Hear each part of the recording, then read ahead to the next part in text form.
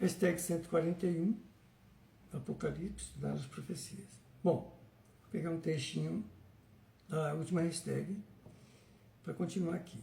O papado há de realizar, portanto, uma obra como está segundo a profecia.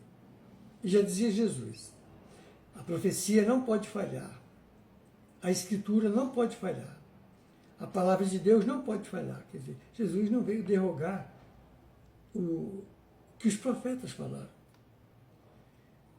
Duas leis, não apenas a lei de Deus, duas leis que exigem obediência.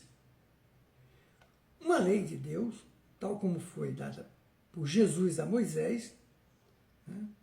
Yahvé, que significa Jesus, já expliquei isso, está aí nas minhas postagens, que a palavra Yahvé significa Jesus, materialização da sua santa vontade expressa nas suas pretensões sobre as suas criaturas, nada mais justo. E outra lei, uma edição revista daquela lei emanada de Roma e expressando a vontade do Papa. Então, como se determinará a qual destes poderes o povo tem de honrar e adorar? Evidentemente, pelo livre-arbítrio, cada um haverá de escolher entre o Cristo e o anticristo. O povo, pela lei que guardar ou cumprir, ao guardar a lei de Deus como lhe foi dada, adora e obedece Deus. Se guardar a lei mundana, dada pelo Papa, então adorará o Papa, esse poder. Mas ainda, a profecia não diz que a ponta pequena, o papado, poria de lado a lei de Deus e daria uma inteiramente diferente. Isto não seria mudar a lei?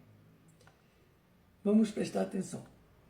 Mas simplesmente dar uma nova lei.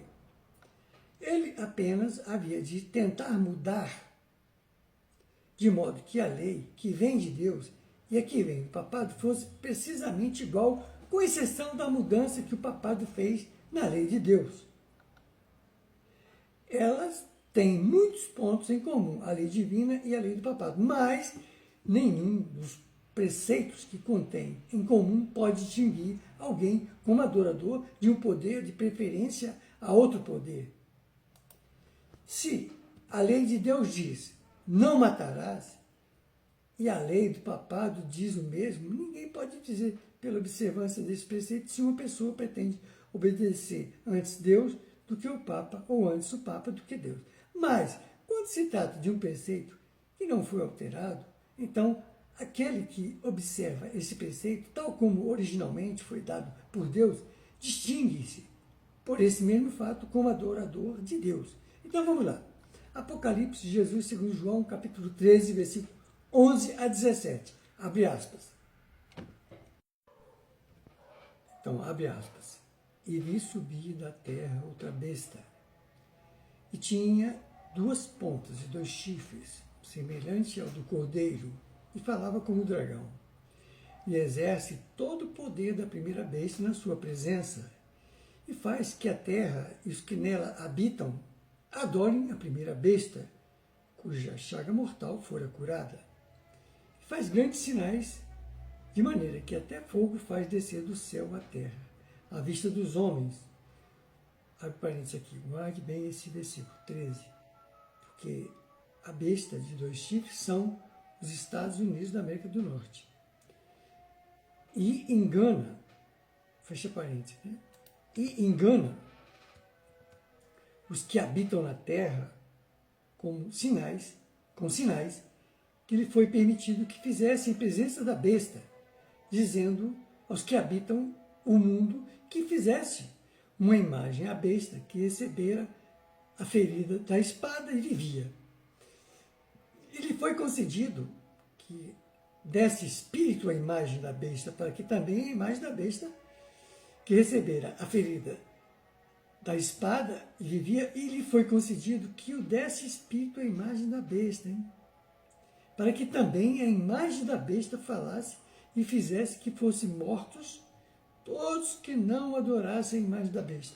E faz que todos, pequenos e grandes, ricos e pobres, livres e servos, que sejam posto um sinal na sua mão direita ou na sua testa, para que ninguém possa comprar ou vender, senão aquele que tiver o sinal ou o nome da besta, ou o número do seu nome.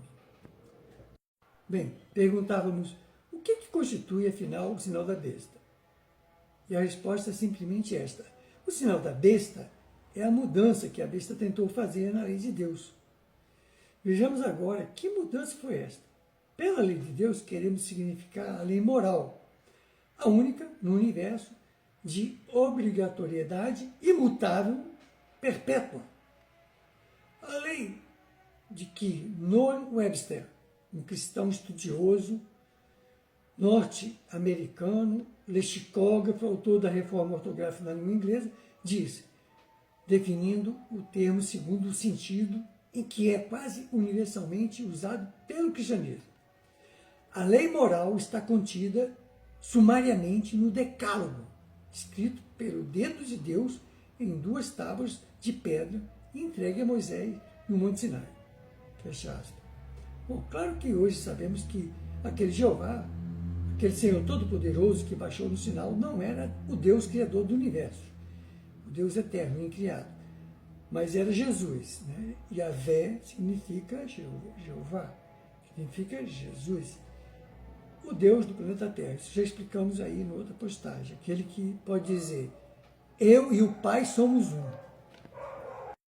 Bom, pois bem, foi Jesus, o fundador do planeta Terra, como está lá no Evangelho de Jesus segundo João, capítulo 1, de 1 a 3, este que transmitiu a Moisés no Sinai o Decálogo conforme está na Bíblia Sagrada.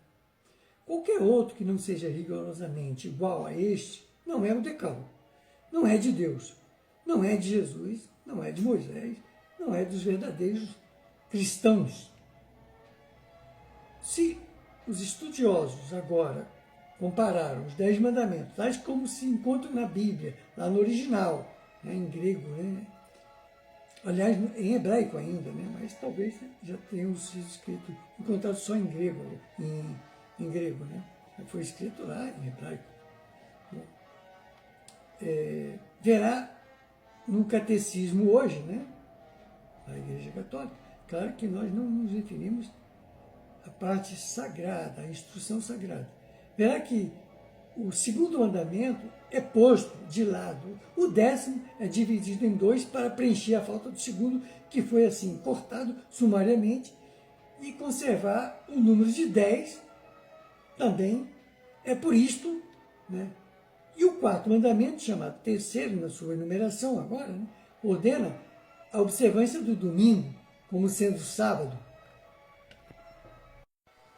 E ainda, né, prescreve este catecismo que o dia seja passado em ouvir atentamente a missa, em assistir às vésperas, ler os livros morais, piedosos, etc.